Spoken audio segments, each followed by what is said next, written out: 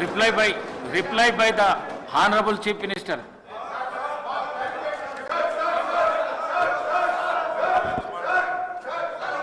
గౌరవ మంత్రి గారు. స్పీకర్ సార్, గౌరవ శాసనసభ్యులు పల్లా రాజేశ్వర రెడ్డి గారు నాకు చాలా పాత మిత్రులు. రాజకీయాల్లో రాకముందు నుంచి కూడా నాకు పాత మిత్రులు. కానీ ఈరోజు వారి ప్రసంగంలో చాలా అవాస్తవాలు, అదేవిధంగా ప్రజలని తప్పుదో పట్టించే విధంగా మాట్లాడిన విషయాన్ని నేను ఖండిస్తున్నాను.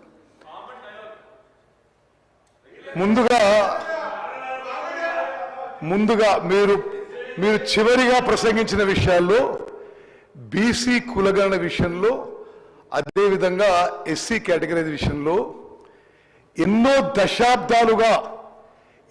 దశాబ్దాలుగా ఉమ్మడి ఆంధ్రప్రదేశ్లో ఈ శాసనసభ పాస్ చేసిన తీర్మానం కానీ, ప్రత్యేక తెలంగాణలో శాసనసభ పాస్ చేసిన తీర్మానం కానీ ఎస్సీ కేటగరైజేషన్ అమలు చేస్తుంది ఈ రోజు మా కాంగ్రెస్ ప్రభుత్వం చెప్పి నేను మనవి చేస్తున్నా.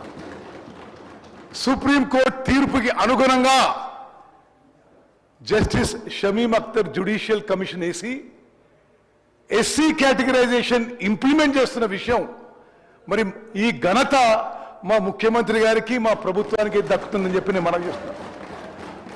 అదేవిధంగా బీసీ కులగణనపై, ఆ అంకెలపై కొన్ని అనుమానాలు వ్యక్తం చేశారు.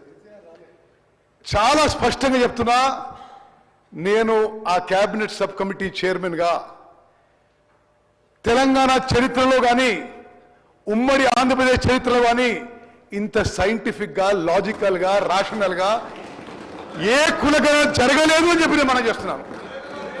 భారతదేశానికి స్వాతంత్రం రాకముందు 1931లో జరిగిన బీసీ క్యాస్ట్ సెన్సస్ తర్వాత తప్పనిసరి పెడతాం 1931లో జరిగిన క్యాస్ట్ సెన్సస్ తర్వాత క్యాస్ట్ సెన్సస్ చేసి ప్రకటించిన ఘనత మా కాంగ్రెస్ ప్రభుత్వానికి దక్కిందని మనం చేస్తాం. దాని ఆధారంగా శాసనసభలో బీసీలకి 42% రిజర్వేషన్ ఇవ్వాలని చెప్పి కేంద్ర ప్రభుత్వానికి పంపించేది మా కాంగ్రెస్ ప్రభుత్వం చెప్పి మనం చేస్తాం. లెక్కల విషయం చెప్పాలి అధ్యక్ష, బికాస్ దీన్ని రిపీటెడ్గా మరి ఒక గ్లోబల్ ప్రచారంగా మరి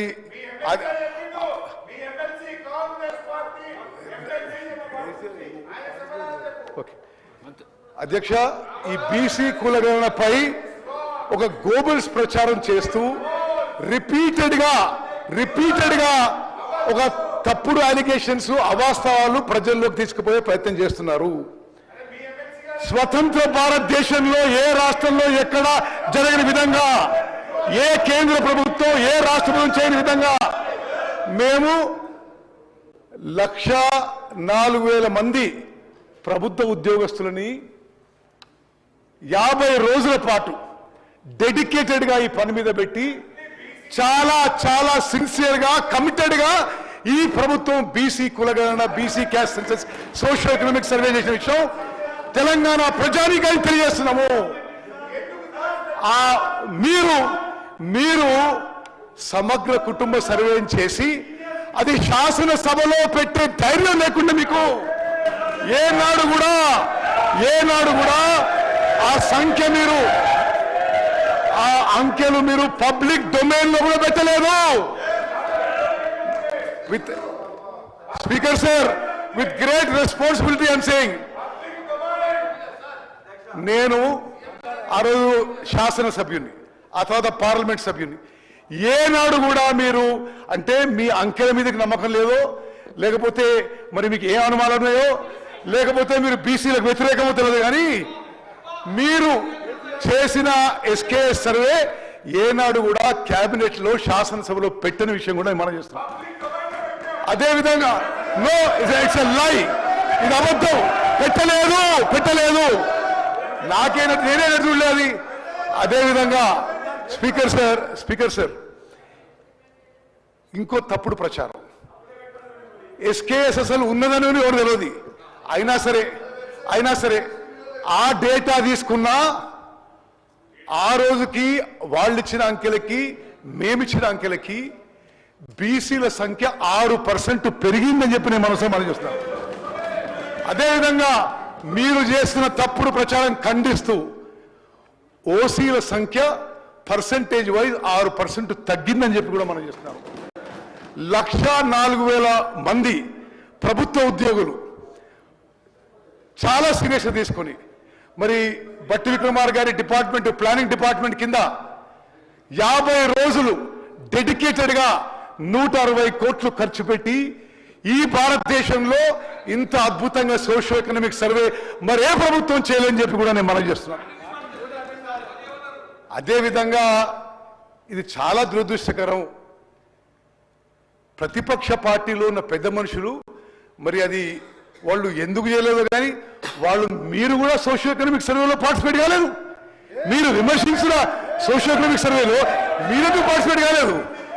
అదేవిధంగా మేము ఎంత ట్రాన్స్పరెంట్గా ఉన్నామంటే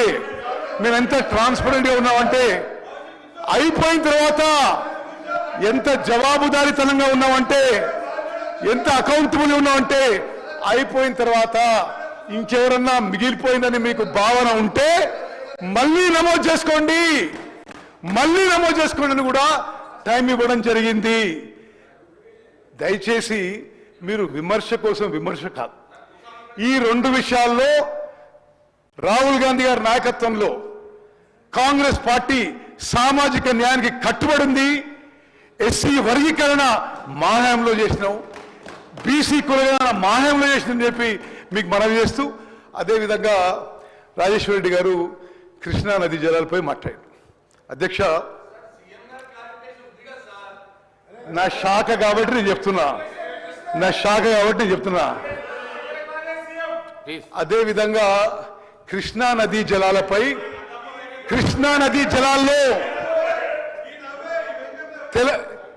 అధ్యక్ష, it is also something very close to my heart. Krishna నదీ జలాల విషయం నేను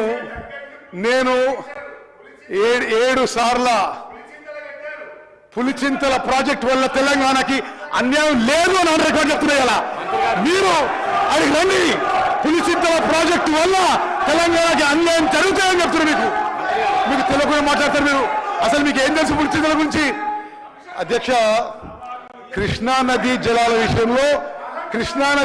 విషయంలో ఇట్ ఈస్ సంథింగ్. అధ్యక్ష, నేను ఒక 5 నిమిషాలు క్లారిఫికేషన్ ఇస్తా, తర్వాత మీరు మళ్ళీ మాట్లాడండి. కృష్ణా నదీ జలాలపై it is a subject close to my heart. నేను శాసనసభకి 6 సార్లు, పార్లమెంట్కి ఒకసారి ఎన్నికైంది కృష్ణా బేసిన్ నుంచి, కృష్ణా ఆయకట్టు నుంచి. మరి మేము ఆ కృతజ్ఞత ఉంటూ నేను మీకు ఆన్ రికార్డ్ చెప్తున్నా, కృష్ణా నదీ జలాల విషయంలో హరీష్ రావు గారు ఇరిగేషన్ మంత్రి